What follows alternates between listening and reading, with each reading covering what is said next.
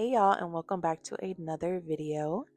So today I'm going to be working on some silicone beaded crochet hooks. These are perfect to make your hook more comfortable when you're crocheting, and it's a great gift for anyone you know that crochets because they come out so cute. And all you want to do is take out all your hooks. We're not going to talk about how many I have, and this is just me trying to record what the size is. Those are 2.5 millimeter hooks, which are super tiny. I probably will never ever use them ever again. They'll probably just be for display. And if anybody in my family is watching this and they want me to make them something that requires a hook smaller than a 4 millimeter, we will be meeting outside because there's no way. And I'm going to tell you no off the bat. So anyways, you want to pick out your needles. For this project, you'll only be able to work between a 2 millimeter hook and roughly a 5.5 millimeter hook. The only thing I will say is the higher you get, the harder it is to put the beads on.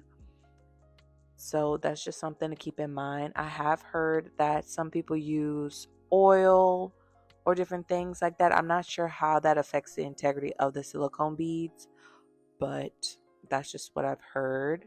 And then for the smaller hook, the beads kind of slip off. They're super easy to put on, but they kind of slip off.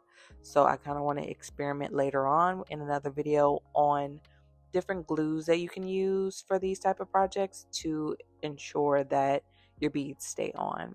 But once you line everything up, you just want to have all your materials out. All you'll need is some silicone beads and your crochet hook, and you can also do really cute end beads, and those I purchased separately from the silicone beads that I have in the video.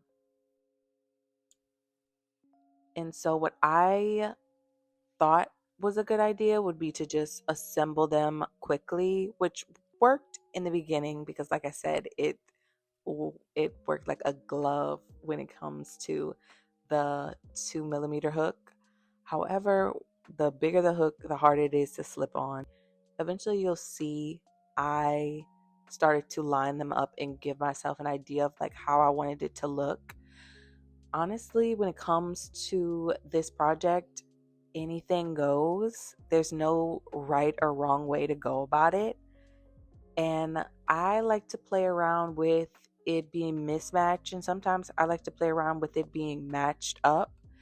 You can do roughly about 6 round beads and an end bead piece, but I've seen people do a bunch of different variations. I only got the round beads, but you can get these other slim beads, and those work really, really nicely as well.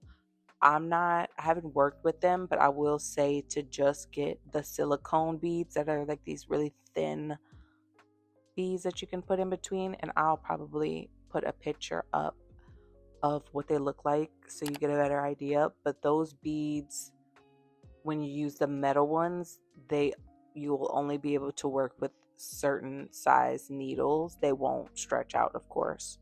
So that's just something to keep in mind. But these were so fun to make. I will probably make a ton more because I just love them, and they're so fun to customize, and they're such great gifts. Honestly, I've noticed a huge difference in wrist pain and any like carpal tunnel-esque um, joint pains that I've been having once I started using these daily. Now, when I'm going to redo my whole collection with these, who knows? Especially because, like I said, I usually use thicker needles. So in another video, I will work on trying to do clay around my needles, which you can see in this video as well. But I want to start working with clay to make my hooks a little bit more ergonomic. And I've seen so many beautiful pieces when it comes to clay. So I have so many ideas when it comes to like anime or just a couple of my other hobbies that I really like something book related, or honestly just anything to make it so my wrist and my fingers aren't cramping up every 2 stitches, because it has really made me reconsider how much I crochet. I also want to try out some different types of beads, and you'll see that later on when I post the results photos.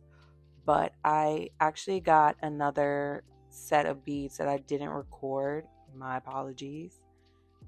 And they had like different shapes, and like one is like a I wouldn't call it like a decahedron. I'm not sure what it is, but it's something. It's definitely something. Um, but it was really fun to use, and I find that I like to spin around the beads sometimes, like as a fidget.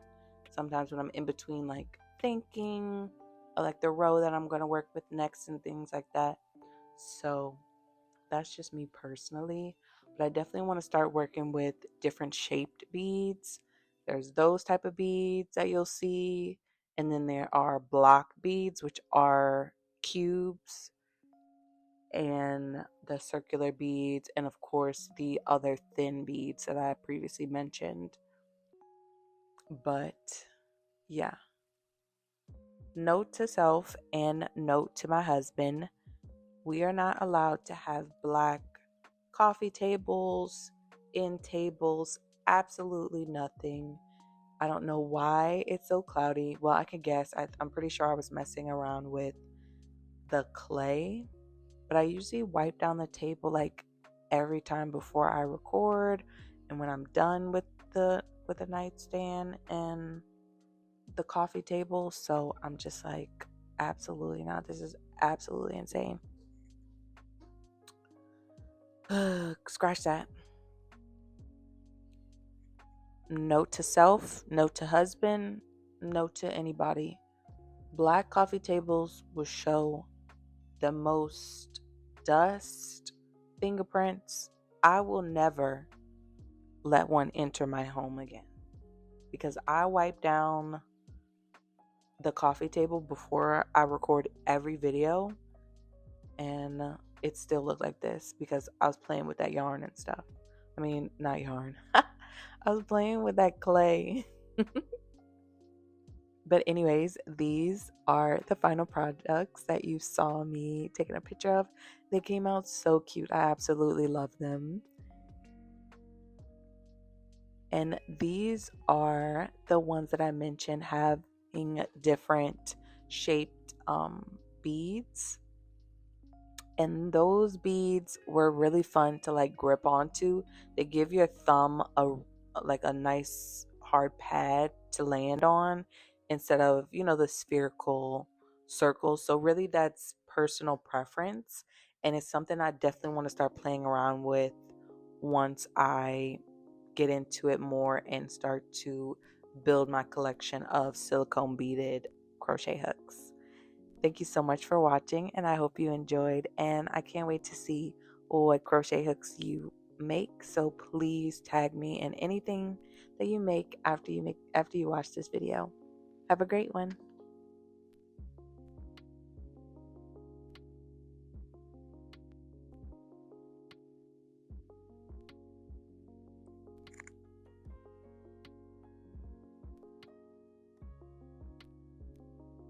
And these are the hooks that I mentioned that have the different shaped silicone bead on them. I'm not sure what shape you would call that. I was not good in geometry.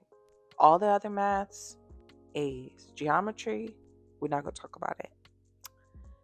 Anywho, these were so fun to make. I really like that shape because it gives your thumb a landing instead of, the spherical where it kind of like indents into your thumb, instead of letting your thumb rest on it, if that makes sense. But this is definitely something that I want to play around with more and figure out my personal preference. I would love to hear about what you guys think on these hooks, and if you end up making any, please tag me. I can't wait to see what you decide to create. Thank you so much for watching, and I see you in the next one. Thank you so much for watching, and I'll see you in the next one.